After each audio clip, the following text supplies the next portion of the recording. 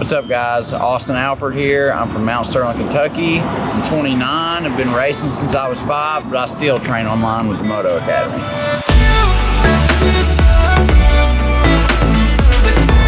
Hello, Albert here. Just finished class in Livermore, California. I don't know if you can see it on camera, but this place is beautiful, beautiful.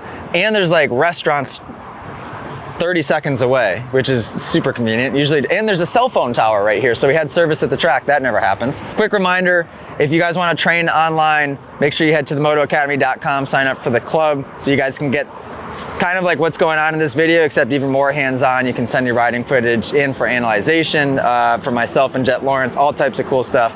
You can sign up for your first month for only $5 using code MOTO at themotoacademy.com. So today's gonna be a new series. It's called Do Something Cool and Explain How I Do It, because that's just how original we are. We come up with good titles, man. What can I say? Today, we're hitting a roller section, and I just decided that it'd be cool to double in, land in a wheelie, and then just power through them without ever touching the front tire to the ground. So essentially there's different steps of progression of like how you'd hit a roller section. The fastest way typically being dropping the rear end and then placing the front end on the top of each roller while keeping the back tire glued to the ground the whole time.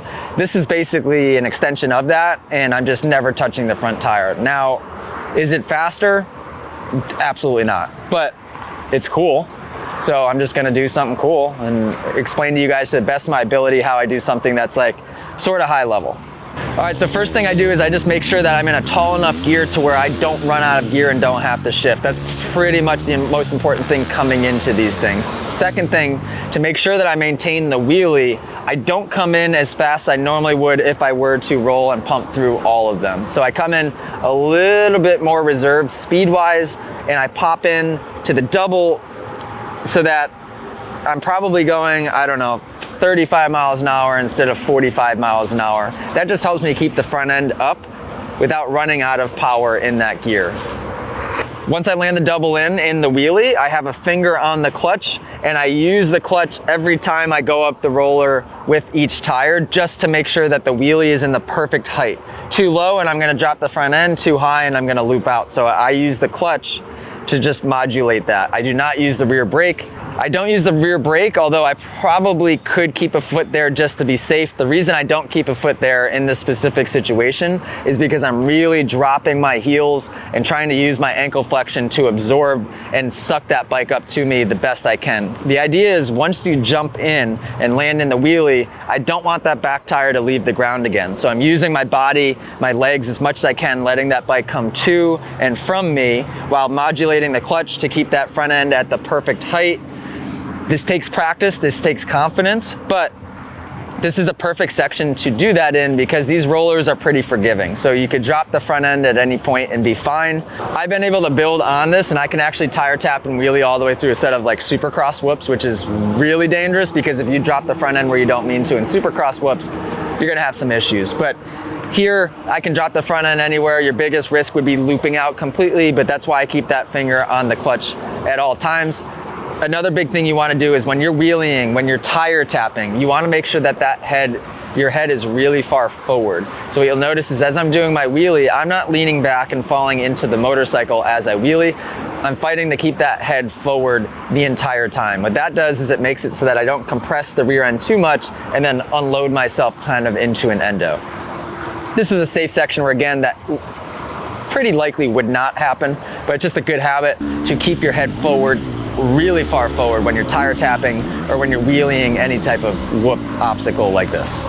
An easy way to work your way up to this, actually, and I have students do this often, is just wheelie across the top of a tabletop, right? Something that where you could drop the front end at any point and be totally fine. Make sure the tabletop has a super, super forgiving landing, right? Or this is actually a great place to practice it as well. Say, hey, I'm gonna try to wheelie the first 2 rollers, okay? Then I'm gonna progress to wheeling 3. And you can build up to it, just making sure that you have control of that clutch so you don't loop out. You can put your foot near the rear brake for that extra safety, but again, a big part of this is making sure that your body is working as suspension to keep that bike and that rear tire planted to the ground.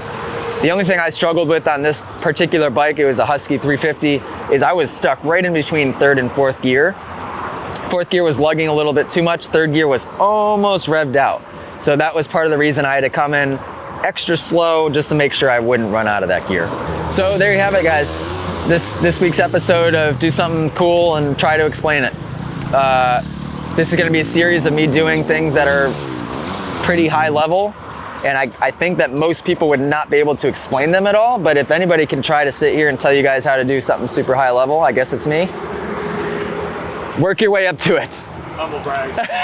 Humble brag. That's it. Okay, subscribe. Almost at 100,000 followers. Almost been there for so long. Doesn't seem like we're making any progress, guys. Let's try to hit that subscribe button if we can. Like 56, I think almost 56% of my viewers aren't subscribed. So it helps the algorithm, it helps our whole situation. Subscribe. I don't know why, but YouTube will share the videos more. It's this whole big thing. Okay, I'll stop talking now. All right, toodaloo.